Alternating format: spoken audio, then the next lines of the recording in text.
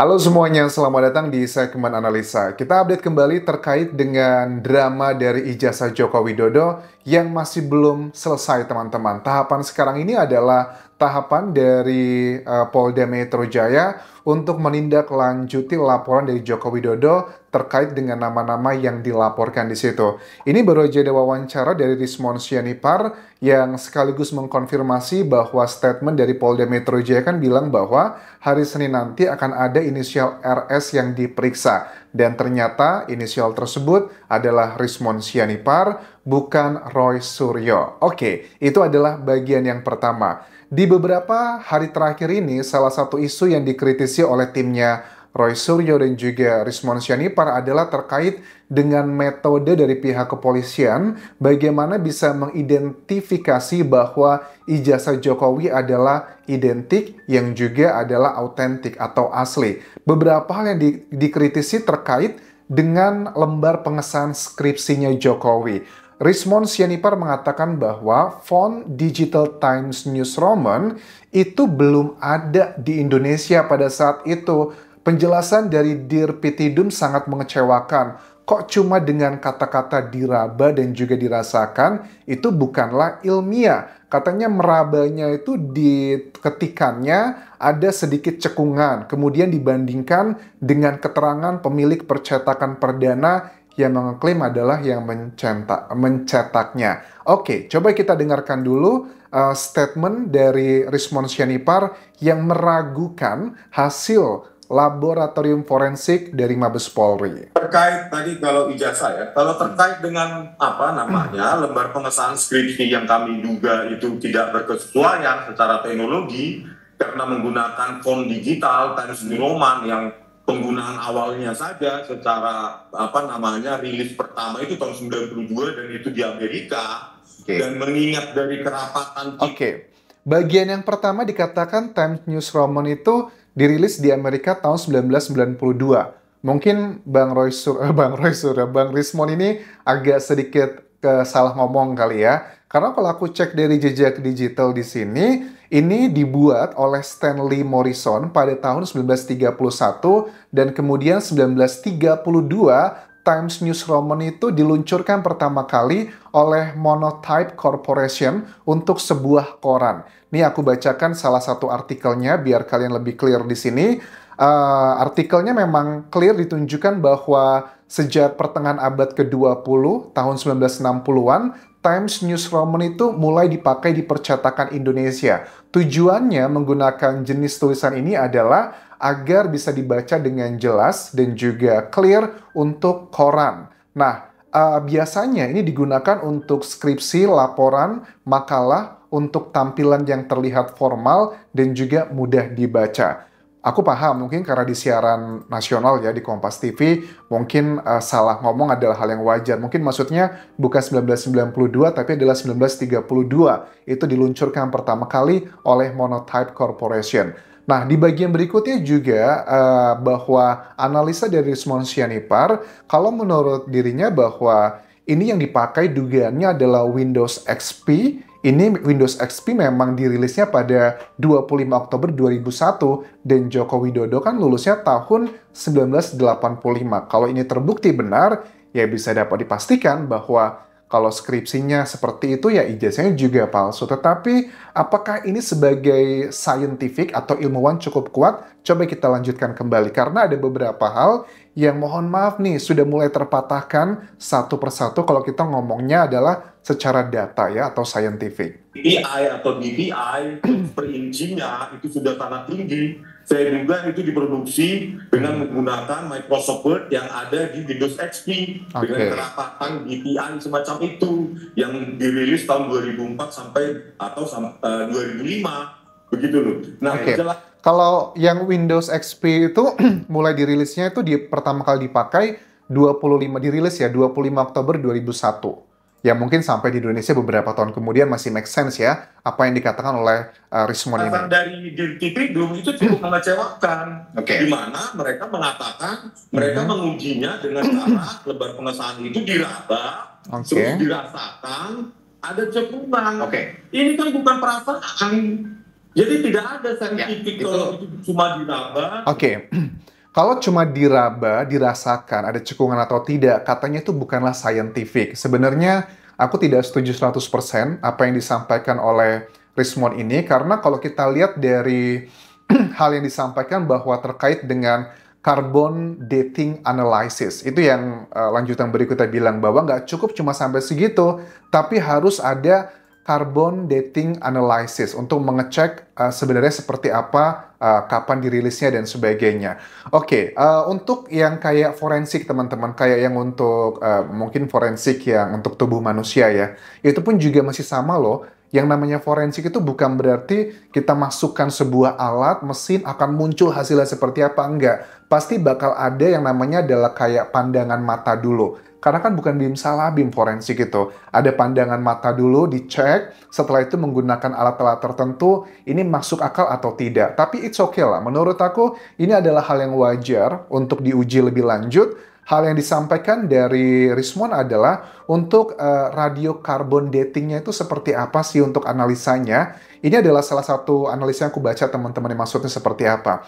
Radiocarbon dating, also known as carbon-14 dating, is a scientific method used to determine the age of organic material up to roughly 60,000 years old. Jadi intinya aku bacakan dalam bahasa Indonesia ya. Penanggalan radiokarbon itu juga dikenal sebagai penanggalan karbon 14, metode ilmiah yang bisa digunakan untuk menentukan usia bahan organik maksimal itu sampai 60.000 tahun. Artinya kalau untuk usia skripsi atau ijazah Joko Widodo itu bisa dicek karena usia masih puluhan tahun jatuhnya.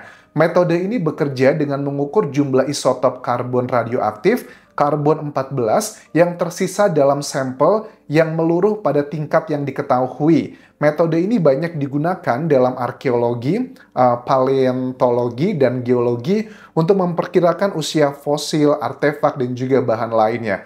Beberapa kolegaku juga yang bekerja di bidang arkeologi juga pada saat menemukan kayak arca atau batu, mereka menggunakan alat-alat tertentu untuk mengecek usianya sudah berapa ribu tahun. Tapi itu bukan satu-satunya doang. Mereka juga menggunakan metode lain, misalnya ini berada di kedalaman berapa, ada jenis bantuan apa aja di sana, fosil-fosilnya sudah terbentuk apa aja. Jadi ada banyak faktor. Jadi kalau dikatakan bahwa menurut Rismond, kalau cuma diraba, menggunakan indera manusia itu adalah kategorinya bukan scientific, itu sama sekali tidak tepat. Itu adalah bagian, tapi memang bukanlah satu-satunya. Memang betul yang diminta sekarang adalah penjelasan terkait dengan usia dari kertasnya berapa tahun, kemudian tintanya dan sebagainya. Tetapi memang aku harus mengakui teman-teman, dari bagian-bagian ini yang disampaikan Rismond itu tidak salah, tetapi juga bukan mutlak kebenarannya. Karena waktu aku lihat kemarin yang disampaikan dari Bareskrim kan, Dirpitidum, atau Bareskrim ya lebih tepatnya, di laboratoriumnya, itu kan yang menyampaikan bukan dari orang-orang yang bekerja di laboratorium forensiknya.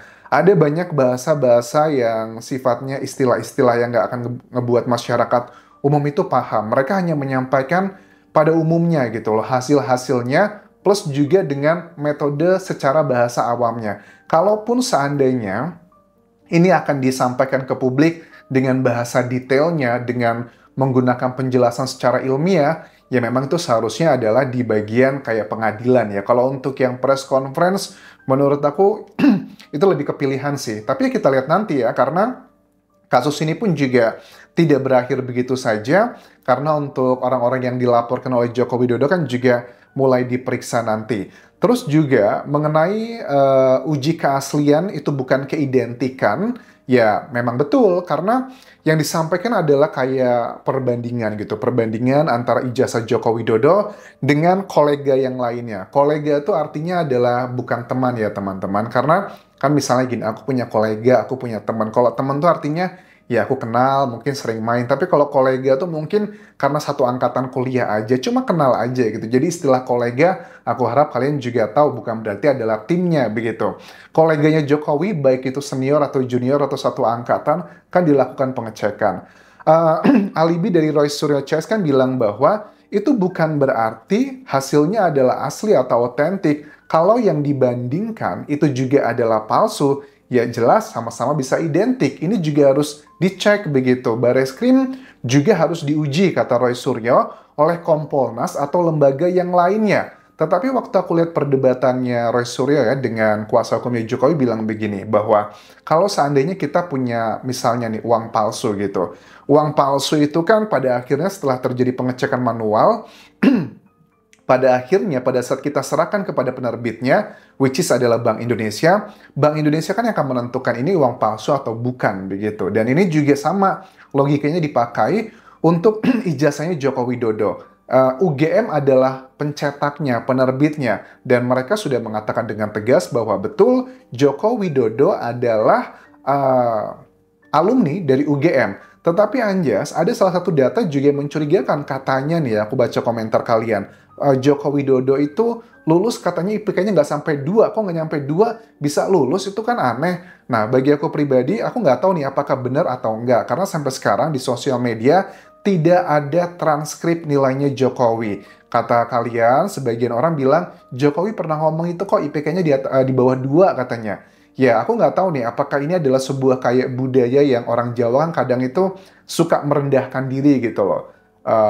Bohong lah ibarat kata, bohong IPK saya di bawah 2 kok gitu, pengen menunjukkan bahwa ya IPK nggak penting-penting amat untuk dunia kerja. Mungkin poinnya ke sana. Apakah itu adalah indikasi merendahkan diri ataukah kebenaran? Kalau IPK 2 untuk kampus di Thailand, karena aku dosen di Thailand teman-teman, itu kita itu D itu masih lulus loh, nilainya 2. Kayaknya D itu 2 ya. 2 itu 2, sekian sih nggak lulus sebenarnya. Kalau di Thailand juga, di Indonesia juga kayaknya. Tapi kalau dibilang nilai D itu apakah lulus atau enggak? Yes, di Thailand tuh lulus D itu. Tapi kan jarang banget ada mahasiswa mau dapat D begitu. Apalagi di tahun 85. Jadi apakah beneran IPK-nya Jokowi itu 2 doang dari 4 ya?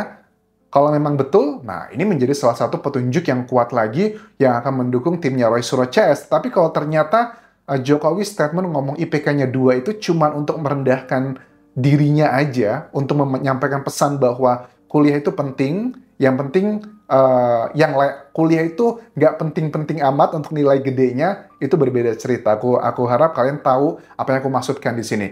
Coba kita simak apa yang disampaikan Roy Suryo juga terkait dengan metode yang dipakai, yang katanya kok cuma pakai raba-rabaan gitu ya. Pakai perasaan doang, mana saintifiknya? Saya menyelidiki satu lembar gitu ya. Entah itu dikatakan lembar deskripsi atau ijazah.